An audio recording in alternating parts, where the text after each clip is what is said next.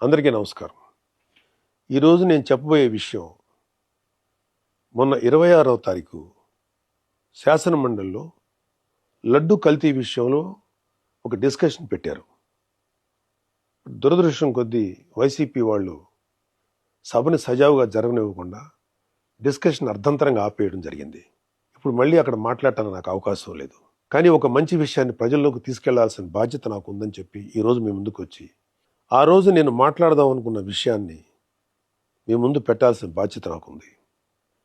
శాసనమండలి అధ్యక్షుల వారిని సంబోధిస్తూ అధ్యక్ష అంటూ ఈ మాటలను మాట్లాడాల్సింది కుదరలేదు. అది మీతో షేర్ చేసుకోవాలని అనిపించి ఈరోజు ఈ వీడియో చేస్తున్నాను. ఈ వీడియో చేయటంలో ఎవరిని హర్ట్ చేయాలని కానీ ఎవరిని బాధ పెట్టడం కానీ నా ఉద్దేశం లేదు.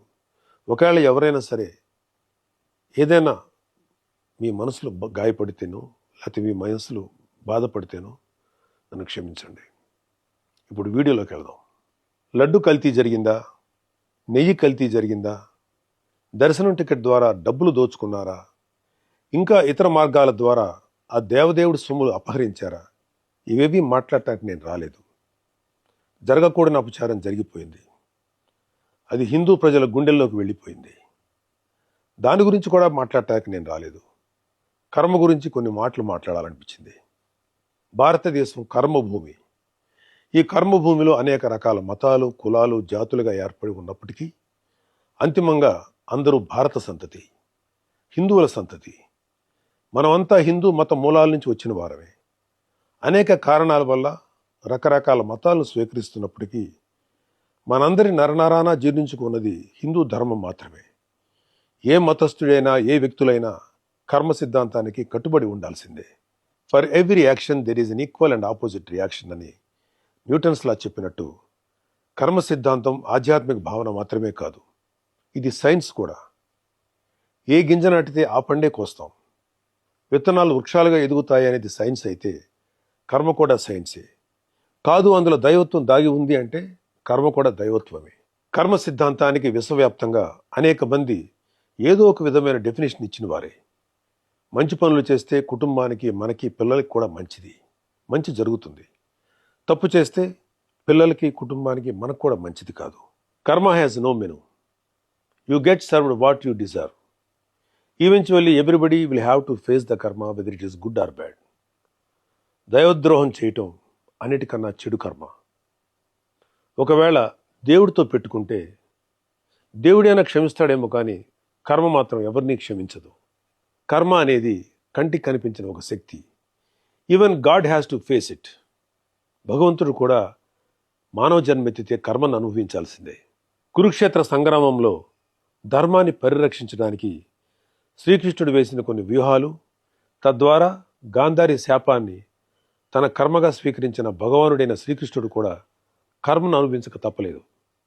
కర్మ ఎవరైనా సరే అనుభవించాలి అని చెప్పడానికి ఇదొక ఉదాహరణ. దైవాంశ సంభూతిని అనిపించుకున్న గొప్ప గొప్ప వారు కూడా ఏదో కర్మ చేస్తారు, దానికి తగ్గ ప్రతిఫలం అనుభవిస్తారు. ఒక ఇంటి యజమాని చేసే మంచి చెడుల ప్రతిఫలం కర్మ రూపంలో ఆ ఇంటి మొత్తానికి వస్తుంది. ఒక గ్రామాన్ని, ఒక రాష్ట్రాన్ని, ఒక దేశాన్ని నడిపించే నాయకుడైనా సరే అతను చేసే మంచితో పాటు చెడులో కూడా కర్మ ప్రతిఫలం అందరూ అనుభవించాల్సిందే. వైసీపీకి ఓటు వేసిన పాపానికి అమాయక ప్రజలు కూడా కొంతకాలం పాటు కర్మ ప్రతిఫలాన్ని అనుభవించారు. ఇప్పుడు అనుభవించాల్సింది ముఖ్య పాత్రధారులు, సూత్రధారులు, మద్దతుదారులు. కోట్లాది మంది భక్తులు వాళ్ళ కష్టాల నుండి, బాధల నుండి, వారి తప్పుల నుండి విముక్తి పొందడానికి తమ కష్టార్జితాన్ని ముడుపుల రూపంలో, మొక్కుల రూపంలో చెల్లించుకుంటారు. అలా చెల్లించుకున్న కానుకలకి వాళ్ళ కర్మ తాలూకు శక్తి ముడిపడి ఉంటుంది. దేవుడి దగ్గరికి వెళ్ళాక ఆ కానుకల్లో ఉన్న మంచైనా చెడైనా ఆ దేవదేవుడి తీసుకోగలడు. దేవుడే దానిని ప్రక్షాళన చేయగలడు. భగవంతుని ప్రక్షాళనతో, పూజలతో పవిత్రీకరించబడిన ఆ డబ్బును తిరిగి ప్రజల కోసం, ధర్మ పరిరక్షణ కోసం వినియోగిస్తారు. వెంకటేశ్వర స్వామి డబ్బును కల్తీ లడ్డు రూపంలో, కల్తీ నెయ్యి రూపంలో, టికెట్ రూపంలో, ఏ రూపంలో తిన్నా ఆ కర్మను తీసుకోవాల్సిందే. దాని ఫలితాన్ని అనుభవించాల్సిందే. ఆ దేవదేవుడు రాగద్వేషాలకు అతీతంగా ఉంటాడు. కానీ కర్మకు అవేమీ ఉండవు. తిరిగి ఇస్తుంది, తప్పకుండా ఇచ్చేస్తుంది. Because it is science. మీరెన్ని వాదనలు చేసినా, ఎంత పెద్దవారైనా చేసిన చెడు కర్మ మిమ్మల్ని వదిలిపెట్టదు. ఒకవేళ కూటమి ప్రభుత్వం కూడా మిమ్మల్ని క్షమించవచ్చేమో. ఆఖరికి దేవదేవుడైన ఆ శ్రీ వెంకటేశ్వర స్వామి కూడా మిమ్మల్ని క్షమించవచ్చేమో. కర్మ మాత్రం మిమ్మల్ని క్షమించదు. అనుభవించి తీరాల్సిందే. ఎవరు ఆగం అవ్వాలని, ఎవరు నాశనం అవ్వాలని మాత్రం మేము కోరుకోం. కానీ కర్మ ఎవరిని వదలదని మాత్రం సూటిగా చెప్తున్నాం. కర్మ క్యాన్సర్ కన్నా భయంకరమైనది. క్యాన్సర్కి చికిత్స ఉందేమో, కానీ కర్మకు చికిత్స లేదు.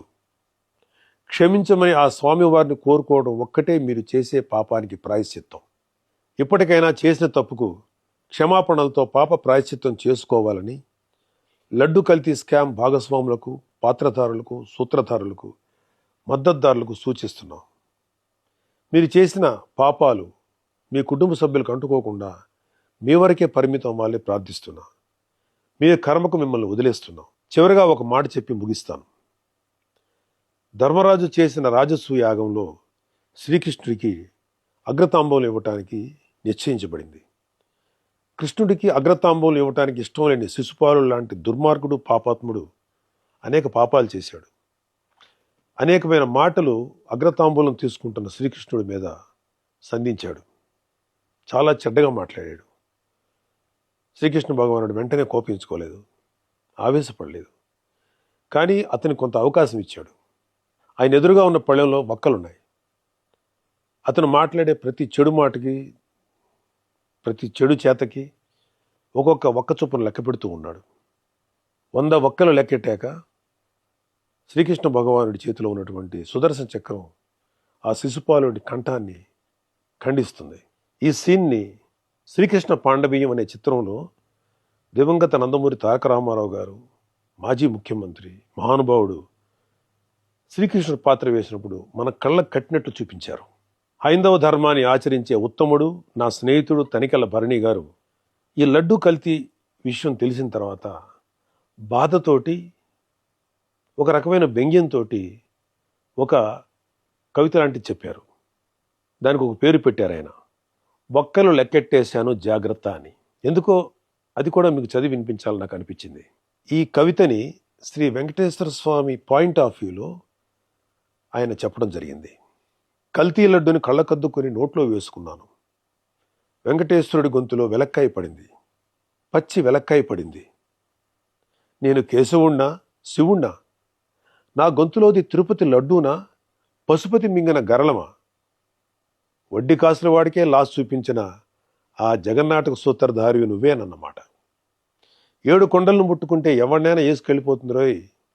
నా చక్రం ఫ్యాను కన్నా స్పీడుగా చంద్ర ప్రచండ పవనంలా తిరుగుతూ మీలాంటి శిశుపాలకుల కంఠాల్ని కత్తిరిస్తుంది.